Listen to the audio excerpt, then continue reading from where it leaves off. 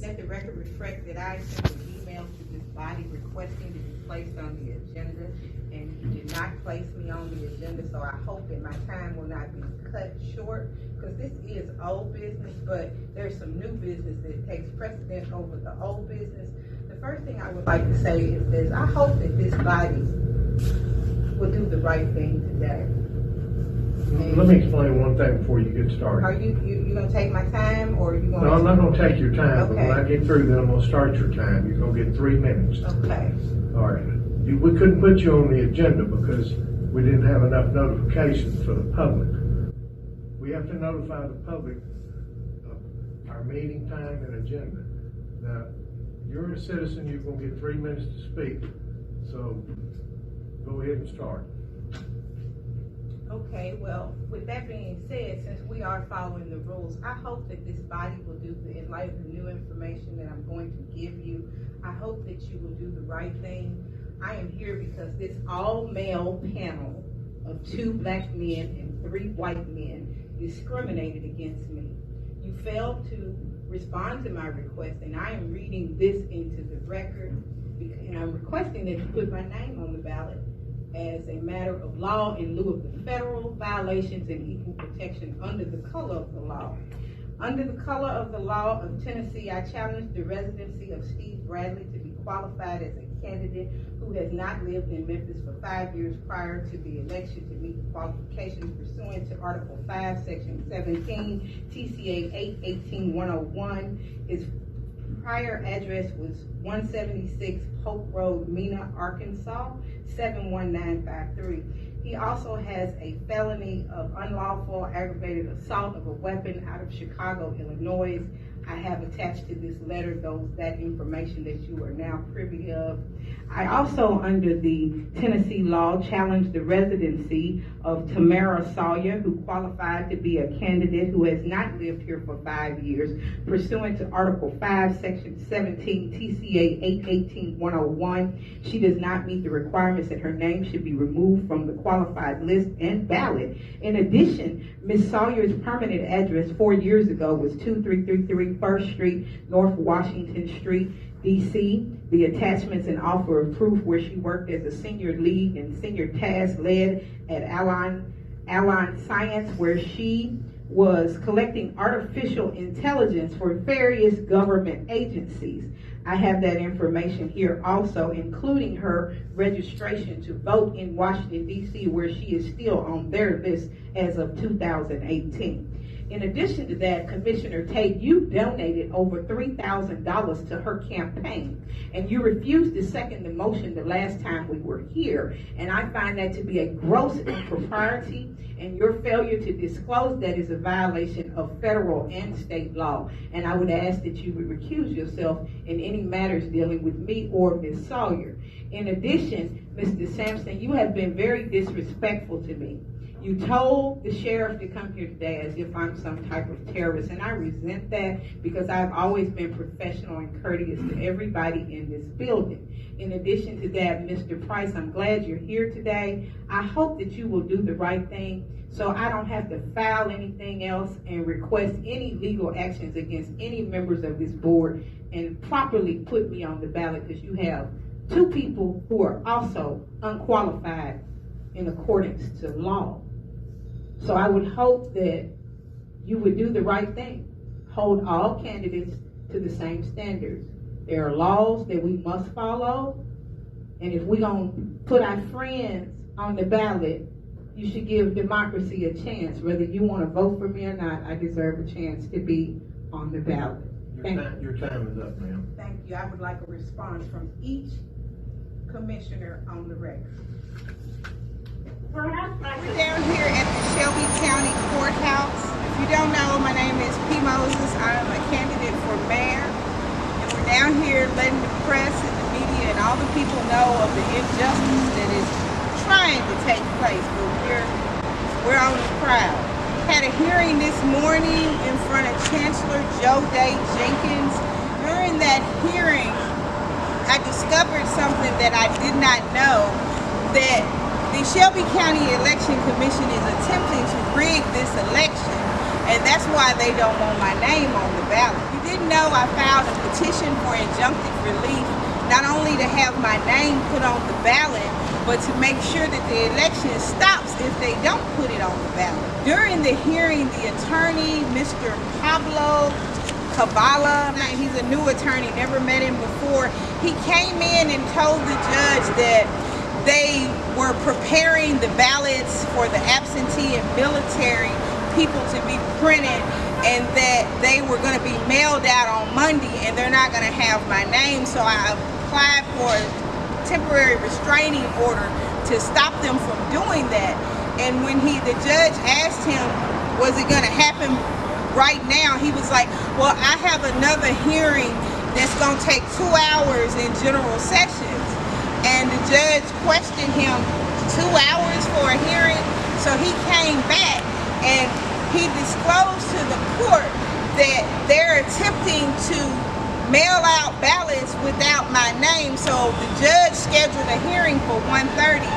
And time when he said that, he said that it didn't even just deal with the metrics, but it dealt with the computers. It wasn't even just actually taking my name out, but the computer would have to be, them to properly do that, they have to go change the computers and stuff. So I have a good reason to believe that they're attempting to rig this election. And I'm glad that I filed this, because if not anything, I know now that the Shelby County Commission is doing some BS. But Moses is on top of it. We're gonna have a hearing at 1:30. I wanted to go live right now so y'all would know what's happening play by play. I'm not out of this race. They're trying to keep me out of the race. But I believe in justice, and that's why we standing here on the courthouse steps behind the statue that say justice, because we gonna get it. It's still Moses for mayor, and anybody who doesn't like it, they can do something about it, because I'm gonna do something about what the election commission is doing, which is trying to keep a black person off the ballot who's really for the people. And y'all stay tuned. We'll get back to y'all after 1:30 after the hearing. So, Mr. Ryder, are you saying that the charter of the city of Memphis doesn't mean anything? Like what they have in their charter doesn't apply to this body? I am saying that the order of the United States District Court supersedes the charter of the city of Memphis. And could you please inform the commission that the final decision of this board is subject to judicial review within 60 days pursuant to the Tennessee Supreme Court? I believe the commissioners are well aware. So We can go to court, or you can put me on the ballot. on the Bradley case, you're gonna check into that, Mr. Young? And then Mr. Ryder is gonna advise us what we need to do on the other case. Mr. Chairman, I had one question. On the Bradley case, as I understood,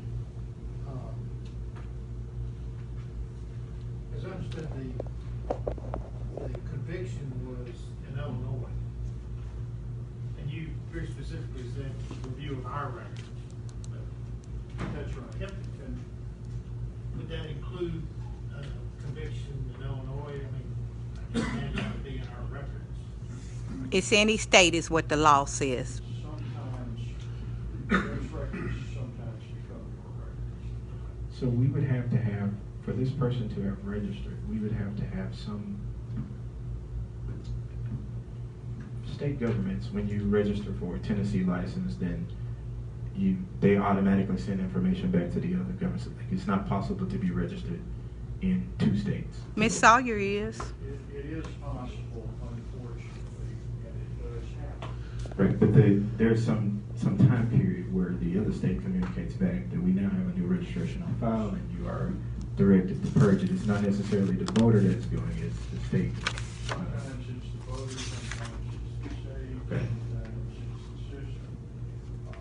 My recommendation on Mr. Bradley is that Mr. Young take a look at the records of the election commission and determine what information you have in your files with regard to this matter. So if I understand you walk me like a 3-year-old. We are Here's the bound to- information. It was deleted. It was deleted on 2018. If we don't find this information within the documents of our commission, then it is outside of our body to act. something can take place, but it's a court matter or something that does not affect this particular body. What I'm kind of choosing my words here. I want to make sure that we transparently review all of this information, so that Ms. Moses does not feel that this all-male member panel is doing her any different than reviewing what she has brought before us. You already did. So as long as we are communicating that, the legal matter with this, you are going to advise us. The other one, the Bradley, you are going to Mr. Young is going to do something, and we should expect something, an email or something for everybody. All right. So Ms. Moses, I think, I don't know that it'd be fair to subject the commissioners to respond, but I will say, as a person who is taking your concern seriously, I think all of us are taking your concern seriously, but I will make sure that I don't think so. You're the only one. You and Mr. Tate, I think, are the only one that have responded to the emails. The chairman hasn't responded one time. I have a constitutional right to run for office, and this board should do the right thing and save tax dollars and add me to the ballot. You got felons and people that live in Washington, D.C. on the ballot. Why can't I? I gave you your 3 minutes. I understand, sir. I understand. I mean, no disrespect. I'm not asking you to give me anything other than my constitutional right. Can you do that by motion? Can you give me my constitutional right? This commission will do what's within the law.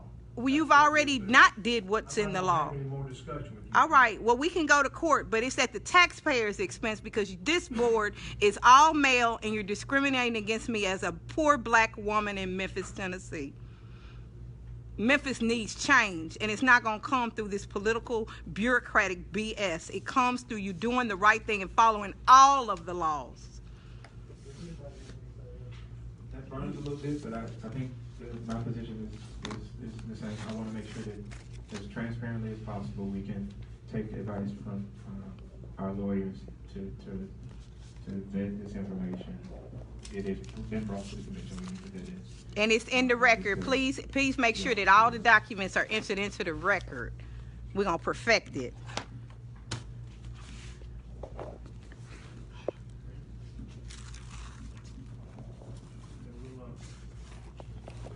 There was another speaker. What? Okay, Mr. Pivnick, I'm sorry. I didn't know if you wanted to speak or not. Hard act to follow. Please announce your name and. On to the first thing you said.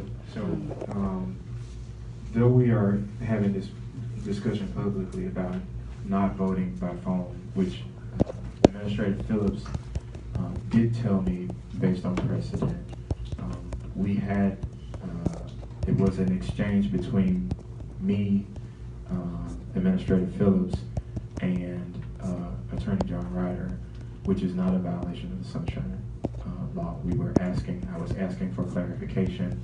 We're going to move into executive session. That means we have to leave. This is Commissioner Taylor's anniversary, so we all apology. Be right back. Mayor campaign, we're down here back at court. I told y'all I was going to give y'all an update of what was going on. Today, the attorneys for the Shelby County Election Commission presented me with thousands of pages of hogwash, not indicative to the public records request that I made. And as a result of that and the new information, the judge has now scheduled an emergency temporary restraining order hearing for this Wednesday at 2 p.m. Want to know what's going to happen if I'm going to be on the ballot or if some other people are going to be removed from the ballot? I implore you to get down here on Wednesday, 12:30. He wanted to do it at 2, but he said, no, we're going to do it at the noon hour, and everybody knows that that's a holy hour.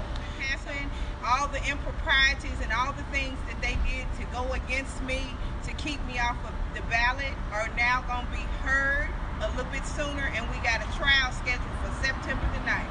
So y'all remember, it's still Moses for mayor, and we fighting for justice, and we going to get it.